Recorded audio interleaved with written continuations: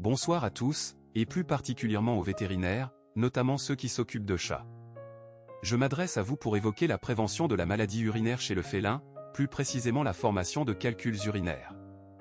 La question est la suivante, quels sont les types de calculs les plus fréquents chez les chats? Les struites sont les plus courantes. Quel est le milieu propice à leur formation? Un milieu alcalin. On entend souvent dire que si un chat mange constamment de la viande, comme un lion, il aura un milieu alcalin. Or, c'est faux. La digestion de la viande nécessite une forte acidité gastrique. Cette acidité joue un rôle crucial en éliminant les bactéries et les œufs de parasites présents dans la viande. Ainsi, une alimentation carnée, en théorie, ne favorise pas la formation de struites.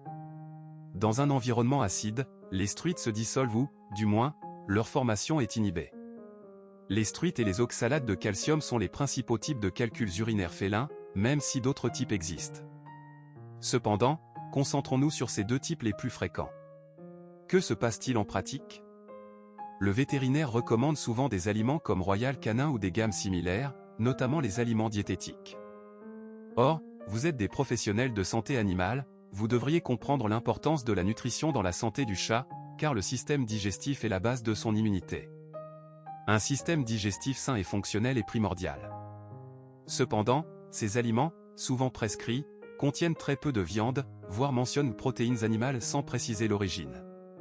Vous devez analyser la composition de ces aliments, ce que beaucoup de propriétaires expérimentés connaissent, contrairement à certains vétérinaires. En conseillant ces aliments, qui sont souvent à base de céréales et de végétaux, vous créez un environnement alcalin dans l'appareil urinaire du chat, favorisant ainsi la formation de struites. Que proposez-vous alors? Des aliments diététiques, souvent prescrits à long terme. Ces aliments augmentent l'acidité urinaire, mais pas grâce à la viande. L'augmentation de l'acidité se fait par l'ajout d'ingrédients comme des canneberges, certaines herbes et d'autres additifs. Ces additifs permettent d'acidifier artificiellement les urines. Après 3 mois de traitement, on observe une amélioration, mais l'arrêt de cet aliment provoque une rechute car le chat n'a pas acquis une capacité naturelle à maintenir l'acidité urinaire. Il est alors indiqué sur les emballages de certains aliments qu'ils peuvent être administrés à long terme, entretenant ainsi une dépendance à ces aliments.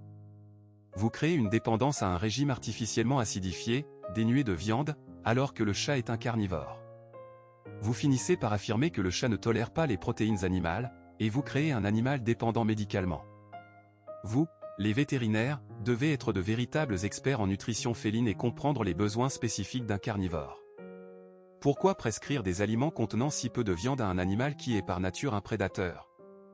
Avez-vous déjà suivi un régime excluant totalement la viande? Nous, les humains, ne sommes pas des carnivores stricts.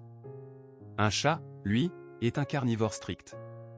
En prescrivant des aliments à base de céréales, puis en augmentant artificiellement l'acidité urinaire avec des compléments, vous vous assurez une clientèle fidèle.